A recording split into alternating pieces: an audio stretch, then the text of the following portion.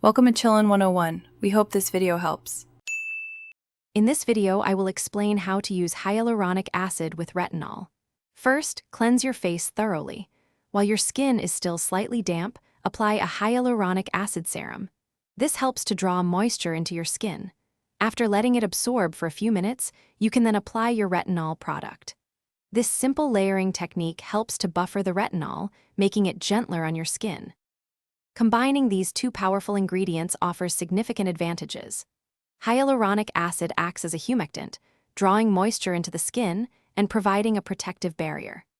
Retinol, on the other hand, is known for its anti-aging properties, improving skin texture and tone. Using them together helps to counteract the potential dryness or irritation that retinol can sometimes cause, ensuring a smoother, more comfortable experience while still achieving great results. For optimal results, you can use hyaluronic acid both in the morning and at night. When introducing retinol, start slowly. Begin by applying it 2 to 3 nights per week. As your skin builds tolerance, you can gradually increase the frequency. Always pay attention to how your skin responds. If you notice excessive dryness or irritation, reduce the frequency of your retinol application until your skin adjusts. Remember, consistency is key, but so is protection.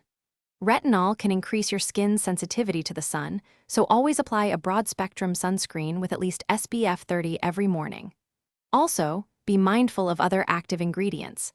Avoid using strong exfoliants or vitamin C at the same time as retinol, especially when you're just starting out. If you have sensitive skin or concerns, a dermatologist can offer tailored guidance. Thanks for watching. Consider subscribing if we helped you.